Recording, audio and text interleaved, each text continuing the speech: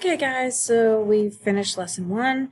We made it through quadrilaterals. We know how to use our sheet to find all our traits for different quadrilaterals, and I hope maybe we've memorized some of them.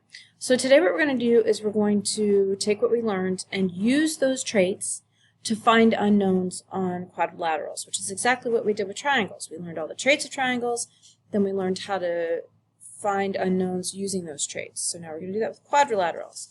So we've given you a list of important points for each set of the notes. So for this we're looking at parallelograms, squares, and rectangles. And you need to remember opposite sides are congruent and diagonals bisect each other. I think that's the most important part for this page. The parallel part you need to know, but for today we're just focusing on this. So let's look at the first one. The following figure is a square. It really helps to read this, right? Knowing it's a square, what do you know about all the sides? All the sides are congruent. So OP is congruent to PY, is congruent to YL, is congruent to LO. But I don't really need to worry about two of those sides, just OP and PY. So what I'm going to do is I'm going to set them equal to each other. If they're congruent, then they're equal to each other. So 12 equals 3x minus 6. I throw that into Desmos, and I get x equals 6, right? Easy, easy, easy. We can do that. Let's look at the second one. This one is a parallelogram. So I got to remember what's true about parallelograms. Opposite sides are congruent. So that means JH, this side right here, is congruent to FG. Well, FG is 5, so how much is JH? It's equal to FG, so it must be 5 also. The next one I'm looking at is JK. Well, we have to remember, oops, let me move my camera, there we go. The diagonals bisect each other.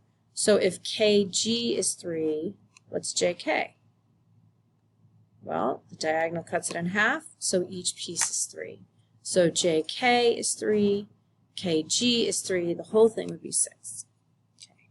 Next page, or next set. So we're looking at this parallelogram. I know the two halves of the diagonal are up there on my drawing. Diagonals bisect, which means they cut in half. That means EF is congruent to FB. So let me write my algebraic equation. 3x minus 7 equals x plus 11. If the diagonals bisect, it means EF is congruent to FB. They're each the same length. So that's exactly what I'm going to do. I'm going to set them equal to each other. I put that into Desmos, and I get x equals 9. Okay? So if I'm looking for the actual side, I would just substitute 9 back in, right, to test it. And this would be 20. And if I put 9 in here, 3 times 9 minus 7, that is also 20. So I did it. Okay. Now let's look at this one. I'll move my camera back down again. Okay. This is a rhombus. So remember that on a rhombus, opposite sides are congruent. Okay? Excuse me. Oh, you silly thing. There we go. I want you guys to find HT. I'm giving you a hint that MA is congruent to HT. You need to find HT on Edpuzzle. Okay, now I'm giving you a hint. Diagonals are bisecting and they're also congruent on a rhombus. So HA is congruent to MT. And I know that MO is 3. See, MO and OT are congruent because diagonals bisect each other. MO plus OT is equal to MT, because I know that's the whole thing. That's from Unit 1. And I also know that MT is equal to HA. I think you can find this on Edpuzzle if you just listen to all those hints and maybe draw a picture. Maybe. So go ahead and do this on Edpuzzle. Okay. So now we're going to look at the next page notes. Find the missing angle measurements. And you need to remember opposite angles are congruent, consecutive angles are supplementary. And what I mean by consecutive is that angles next to each other. So R and A are supplementary. They add up to 180. M and A, I have not had enough coffee today. M and A add up to 180. M and G add up to 180. So I'm going to look at this. And I'm going to remember for the first one, opposite angles are congruent. Because I know, let's see, I know RGM is what I'm looking for, and I know RAM is 143. The angle you're looking for, remember, is always the middle letter, okay? So I'm looking for angle G, because that's the middle letter. The name of the angle is RGM, but the angle that I'm looking at is this one right here with the letter G added, okay?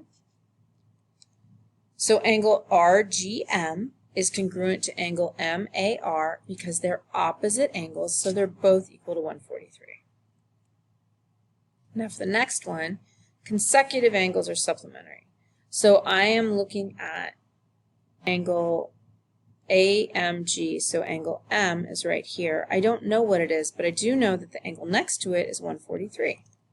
So I know those two angles add up to 180. 180 minus 143 is 37. So angle AMG must be 37. The last one is if angle AMG is 37, then angle GRA must also be 37 because they're congruent. Okay? If you have questions, ask them now. All right, let me move my camera up here. So the first thing I'm looking at is I want to find angle X. This is a rhombus. I know consecutive angles add up to 180. So I know that 5x minus 7 plus, oh, come on, don't do this to me. 2x, or I'm sorry, 5x minus 2 plus 2x is equal to 180. Put that into Desmos, and I get x equals 26. So now if I'm looking for AUQ, so AUQ. So I'm looking for the angle that has 5x minus 2. So I just put the 26 in. I just substitute it. This is algebra, like unit 1 from algebra 1, right? And I get 128. For the next one, I know UQA, or wait, I'm sorry, UQA. UQ. Let me go back and fix that. That should say UAQ. I can't find UQA. Okay. We're going to say that this is UAQ. Okay, so switch your A and your Q. UAQ is congruent to UQD. So I'm going to say 2x, I put the 26 in and I get 56. And I check it. Is this angle, 128, plus this angle, 56, equal to 100? Yes, it is. So remember, we're going to go, actually I'm going to pause it and fix it right now. Okay, so I fixed these letters because it shouldn't be UQA. We can't find that unless I have a, well, I can. I'm not sure what you meant. Sorry, someone else wrote the notes. I'm just noticing this. We're going to run with this one. If you wanted to find UQA, you would cut this angle in half.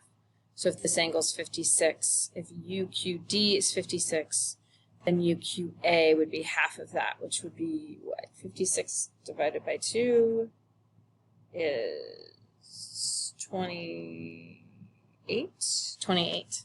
Okay. All right, next. Okay, so I'm looking at this. Whoops, that didn't get put in. You know what? We're just going to keep that mistake. I need to find x. Well, these are consecutive angles. Consecutive angles add up to 180. So I'm going to say 3x plus 120 equals 180. And when I put that into Desmos, I get x equals 20. Easy peasy. Now I need to find angle GMA. So I'm just going to substitute. I just put the 20 in for x and I get 60. You on Edpuzzle are going to find each of these four angles. You are going to find measure QRS. You are going to find measure PQR. You are going to find measure SQR. And you are going to find measure QSR. Okay, put that into Edpuzzle.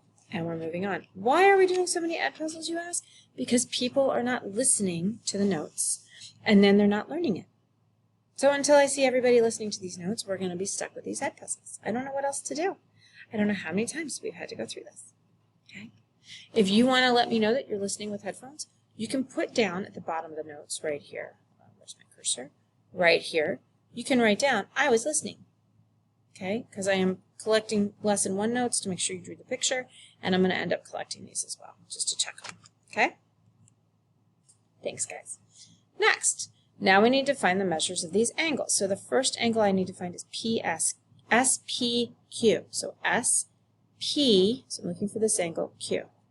Well, opposite angles are congruent. If angle R is 130, or angle QRS is 130, then angle SPQ is 130. So they're both 130.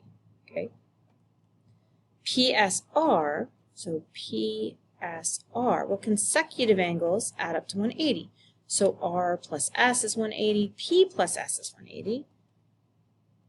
So I'm going to end up with X equals 50. Okay. Now they want to find SQR. So SQR is this angle right here. Well, I don't know what this angle is. I know this is 30. I know the whole thing is 50. So couldn't I say, so I'm going to say 50 minus 30 is 20, and that will give me my angle. Oh, yeah, okay. I'm not doing this one for you. So let's go over this a little bit. I'm going to give you some hints, though. They tell you that angle 2 is 40 degrees. First thing I want you guys to do is draw this picture, like draw on your notes. You're going to mark up your notes. So you're going to put a 40 right here. And they're asking what angle 1 is. So I'm going to give you a little hint. The diagonals are congruent, right? It's a rectangle.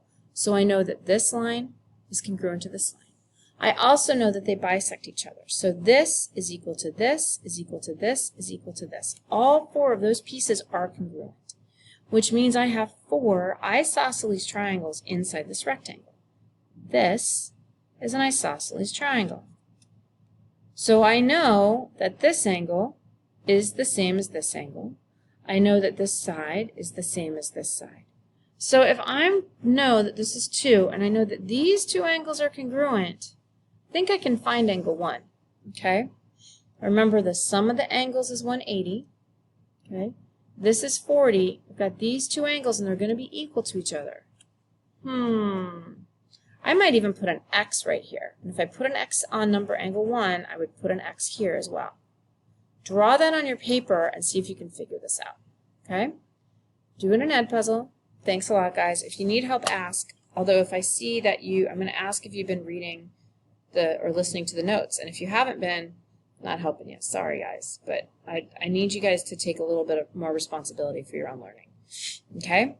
Happy to help you, only if you're following directions. Thanks, guys, and I will see you a little later. Have fun.